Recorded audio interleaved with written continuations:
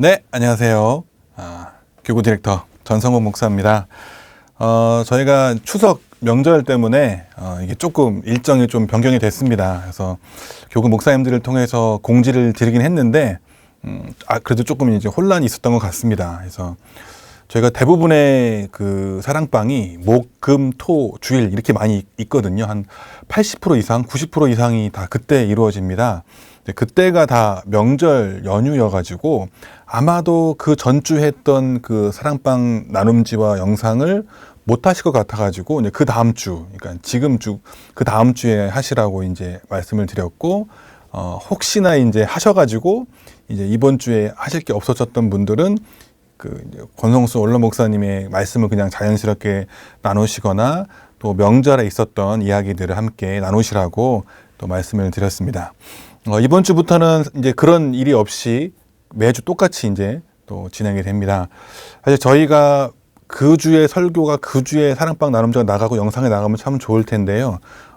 그러기는 조금 영상 찍는 거나 여러 가지가 좀 어렵습니다.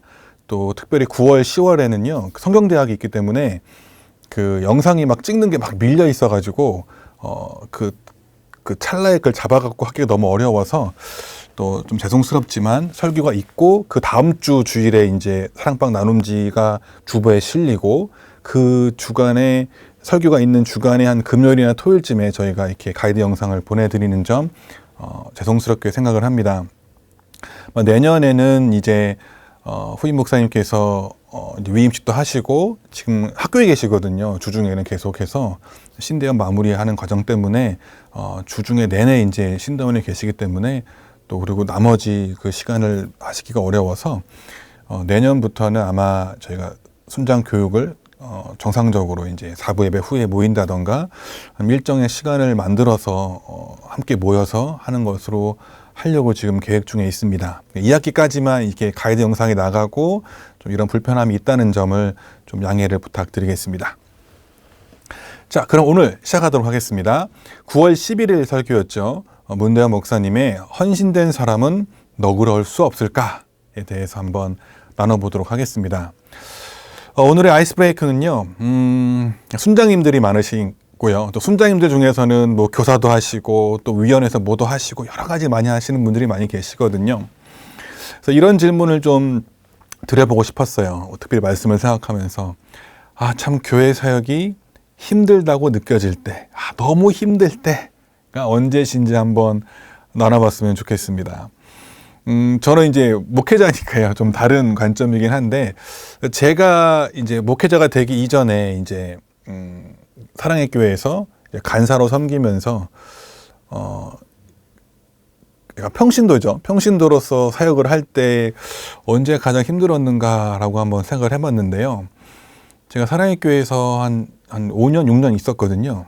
그러면서 느꼈던 것은, 나도 열심히 일을 하고 있는데, 나도 사역자라고 생각하고 열심히 일을 하고 있는데, 목회자는 아니니까, 같이 일하는 그 당시에 순원이라 할 수 있겠죠. 순원들이 주는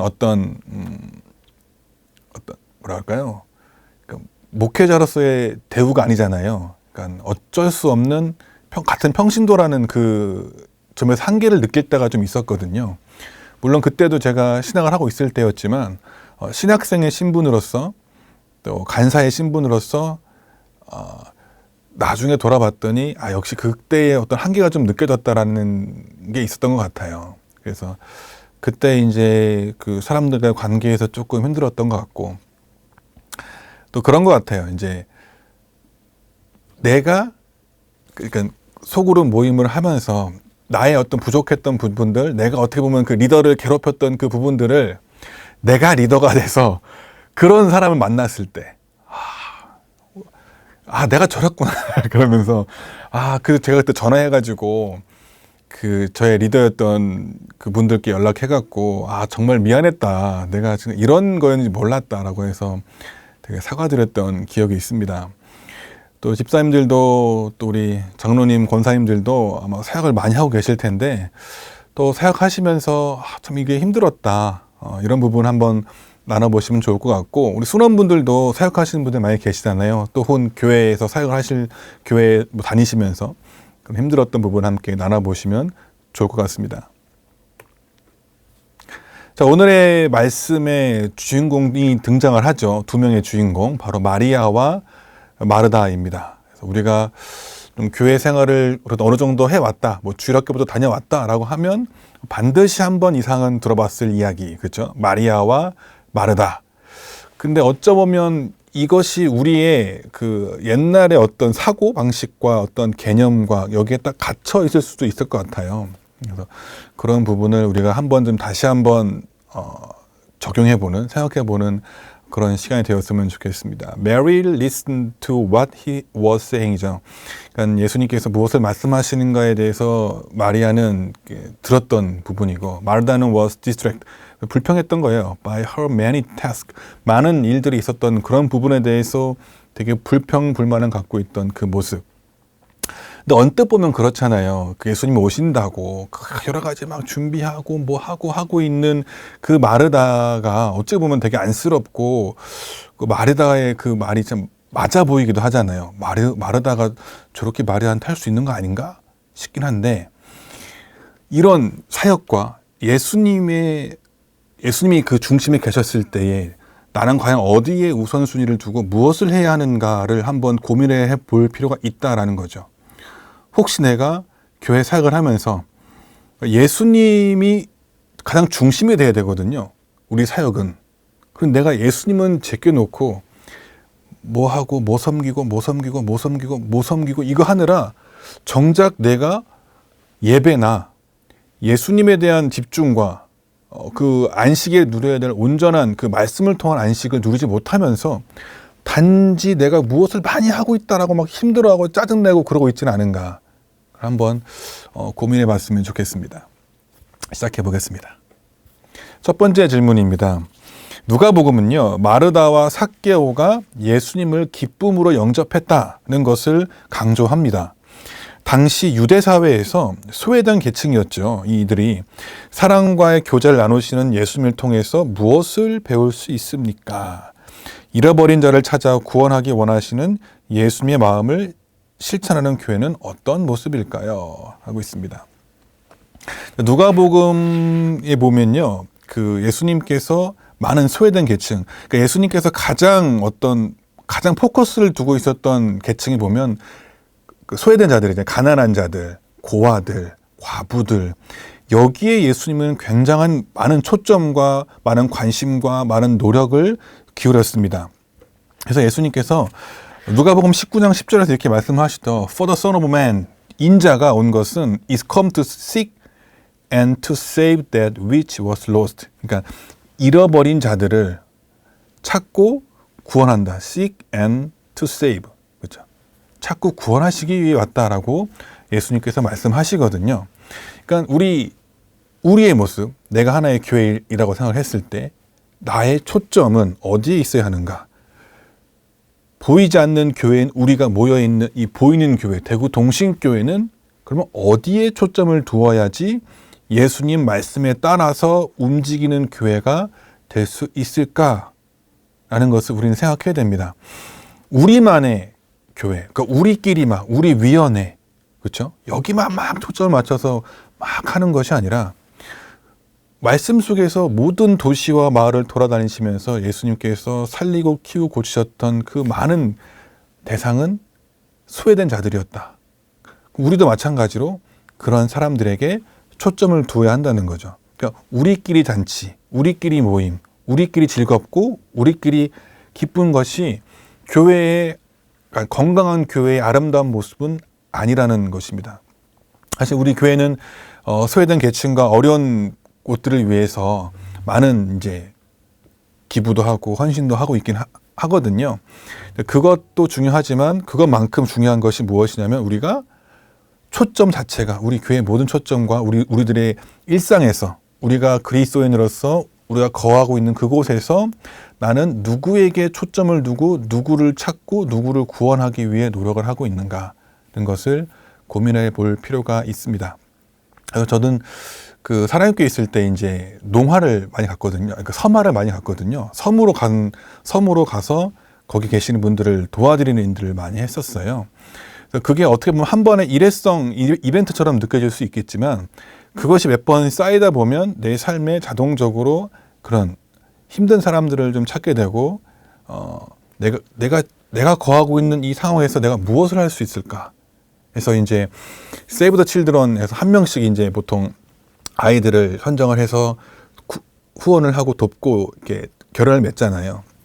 그런 것도 하게 되고 이것이 나만의 일이 되지 않았으면 좋겠다라고 생각을 해서 나중에 유년부 사역을 할 때는 그 유년부 이름으로 또 헌금의 일부를 드리기도 하고 또 그게 또 아이들에게도 기쁨이 되다 보니까 아이들도 한 명 한 명이 또 이제 결혼을 하게 되고 그럼 그 아이들이 또 후원을 하고 그 아이들이 또 편지를 보내주잖아요. 그 편지를 또 그 아이들이 나와서 읽고 또 기뻐하고 좋아하는 그 모습들이 하나님 보시기에 되게 기쁘고 아름다운 모습이 아닐까. 우리도 그러니까 사랑방 안에서 또 나라는 그 개인 자체가 무엇을 할 수 있을까 한번 고민해 보셨으면 좋겠고 혹시나 이런 것을 하고 계시는 분들이 있다면 한번 나눠보시면서 이걸 한번 이렇게 해봤으면 좋겠다 했으면 좋겠습니다. 자, 두 번째입니다. 마리아는요, 부엌에서 일하기 싫어서 예수님 곁에 앉아 있었을까요? 그렇죠? 예수님의 발치에 앉아서 그의 말씀을 듣는 것이 스승의 가르침을 받는 문화생의 전형적인 모습이었습니다. 그 당시 유대사의 모습에서요. 자, 간절한 마음으로 주님의 말씀을 듣는 마리아의 모습. 그렇죠? And she had a sister called Mary. 그러니까 마르다가 그 she가 마르다잖아요. 마르다가 마리아라고 불리는 여동생이 있었습니다. 그녀는 누구냐면요. Sat at the Lord's feet. 딱 그 예수님의 그때 발 앞에 딱 sat 했다는 거예요. 딱 고정됐다는 거죠. And listened to his teaching. 그의 말씀을 들었다. 그러니까 그 마리아의 예수님 말씀을 듣는 그 태도와 모습이 굉장히 사모하는 그 모습이었다는 것을 묘사하고 있는 부분입니다. 그러니까 간절한 마음으로 말씀을 사모했던 그 마리아의 모습이 과연 나에게는 있는가? 그렇죠? 지난주 예배에 참석하셔서 말씀을 들었던 나의 모습, 혹은 새벽 예배, 수요 예배, 금요 기폭, 또 어쩔 수 없이 내가 영상으로 참여하고 있었다면 영상을 바라보는 그 태도와 나의 모습은 어떠했는가? 그렇죠? 한번 돌이켜 보셨으면 좋겠습니다.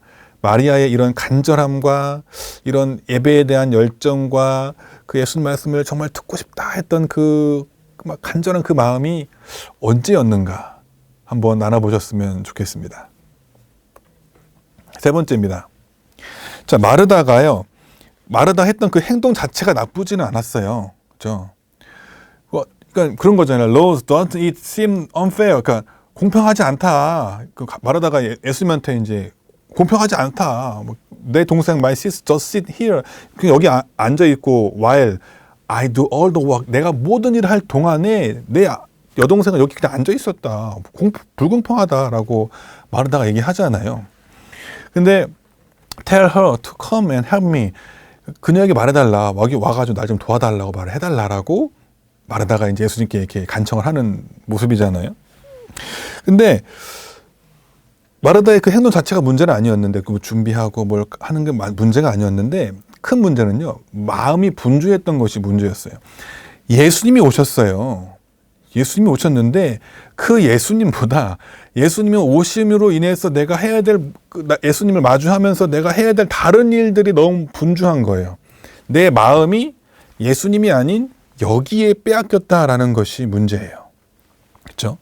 교회를 위해서 잘하고 싶은 마음이 너무 큰 나머지 일을 그르쳤던 적은 없습니까? 하는 거예요. 혹은 불평하는 마음으로 봉사를 해본 적은 없으십니까? 라고 질문을 던지고 있습니다.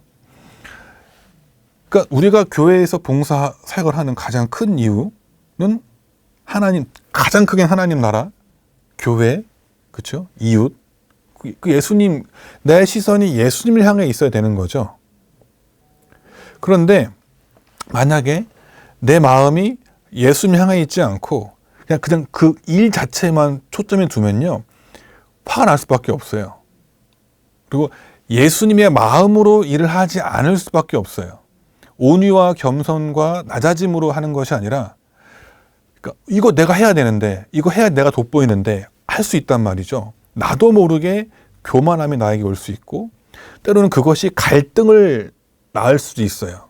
이렇게 해야 되는데, 이렇게 해야 내가 돋보일 수 있고, 이렇게 해야지 내가 속한 것이 돋보일 수 있고, 이렇게 해야지 뭐 해야 되는 거예요.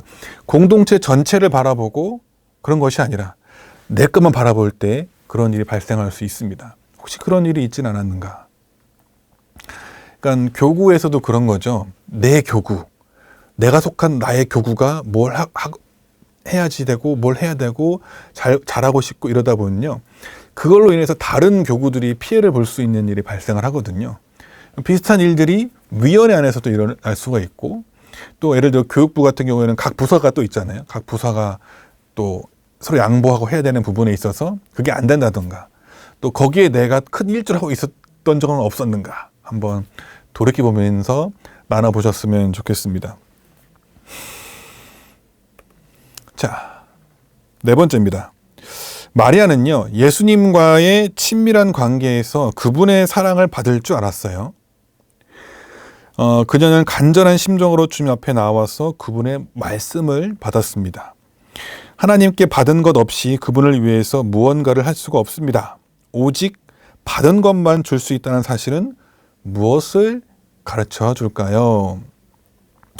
예수님께서 말씀하시죠. 누가복음 10장 41절입니다. 마르다 마르다, you are anxious and troubled about many things. 여러 가지 뭐 그런 것들로 인해서 네가 많이 힘들고 어렵구나, 그런 거죠. 근데 but one thing is necessary. 하나가 딱 중요하다는 거예요. Mary has chosen the good portion. 마리아는 선택했다는 거예요. 좋은 그 자리를, which will not be taken away from her. 거기로부터 그녀를 떼낼 수가 없다는 거죠. 마르다는요, 마리아는 무엇가 더 소중한지를 알았던 거예요. 예수님께서 오셨을 때 예수님 그 자체의 모든 것을 내가 초점 맞추고 그분께 받은 그 말씀에 대한 은혜를 사모한다는 것이 중요하다는 사실을 그녀는 알고 있었습니다. 마음이 분주한을 통해서 예수님에 대한 말씀에 대한 것을 멀리했던 마르다에 비해서 마리아는 예수님의 말씀 그 자체에 초점 맞춘 거예요. 이건 되게 중요한 사실을 우리에게 전달합니다. 주일에 우리가 사역을 할 때요, 가장 중요한 것은 어쩌면 내가 다른 그 일을 한다는 것보다 내가 예배에 얼만큼 영과 진리로 집중을 하고 있고 말씀을 받아 누리고 그 은혜를 누리고 있는가, 그리고 그 은혜를 가지고 내가 사역을 감당하고 있는가, 아니면 요것보다는 내가 하는 그 일들 있잖아요. 그 일들에 너무나 많은 초점과 분주함, 이것도 하고 저것도 하고 저것도 하고 저것도 하고, 그렇죠? 받은 것만 줄 수 있다는 사실은요, 내가 예수님을 통해서 받아야지만 그 받은 것들을 흘려보낼 수 있다는 거예요. 받지 않으면 흘려보낼 수가 없으니까요. 그래서 우리가 이 예배에 되게 집중했으면 좋겠습니다. 말씀에 집중하고요. 사역을 할 때, 사역을 하기 앞서서 우리가 1부, 2부, 3부, 4부 예배를 드리잖아요. 그러니까 가장 큰 문제는 혹시나 사역을 한다고 예배를 안 드리시는 경우가 있다면, 예배는 안 드리고 와서 다른 사역들만 하고 계시다면, 그렇죠? 특별히 이제 그런 경우가 있는 것 같아요. 주일학교 교사를 한다라고 하면요, 내가 주일학교 아이들과 함께 하는 그 시간에만 집중하고요, 내가 하나님과 1대1을 만나는 그 예배 시간이 없는 거예요. 그러니까 그 주일학교 예배 드리는데요, 사실 그 예배는 내가 온전히 집중하기가 어려워요. 왜냐하면 내가 돌보고 있는 그 나의 아이들을 케어해야 되기 때문이죠. 하나님과 집중하는 시간 아니란 말이에요. 그렇기 때문에 뭐 2부, 3부를 한다라고 하면 4부에 반드시 예배를 드려야 되고, 혹은 1부 예배를 드려서 하나님과의 바른 관계, 받은 은혜를 반드시 흘려보내는 것이 너무나 중요합니다. 나의 최우선순위는 그래서 언제나 하나님, 말씀이어야 한다는 거예요. The priority in the Christian life라고 써 있습니다. 우리 그리스도인의 삶에서 어떤 게 우선순위가 돼야 되냐? 첫 번째는 무조건 하나님이죠. 하나님. God first. 그렇죠? 하나님은 먼저, 그 다음에 가정과 또 그리고 교회, 나의 일, 또 다른 것들. 이렇게 우리가 내 삶에서 사역을 하면, 교회 사역을 함에 있어서도 어디에 가장 초점을 두어야 된다면 God is the top priority. It whatever we do. 당신이 무엇을 하는 거 상관없어요. 하나님이 언제나 가장 우선순위가 되어야 됩니다. 이 사실을 우리가 기억하면서 함께 교회 모든 사역들을 잘 감당하셨으면 좋겠습니다. 그러할 때는요, 내가 받은 것들을 흘려보낼 때는요, 이렇게 소진되지 않아요. 받은 게 있으니까. 받은 것만큼 소진하더라도 남아있잖아요. 근데 받은 게 없으면 계속 소진하다 보면 나도 지쳐야 인간이니까 그럴 때 나에게 불평불만과 잘못된 것들이 나타날 수 있습니다. 하나님께 받은 그 은혜를 가지고 살아가시기를, 하나님이 내 삶의 가장 우선순위, 내 교회 사역에서도 가장 우선순위가 되시기를 주님의 이름으로 축복드립니다. 다음 주에 뵙겠습니다. 감사합니다.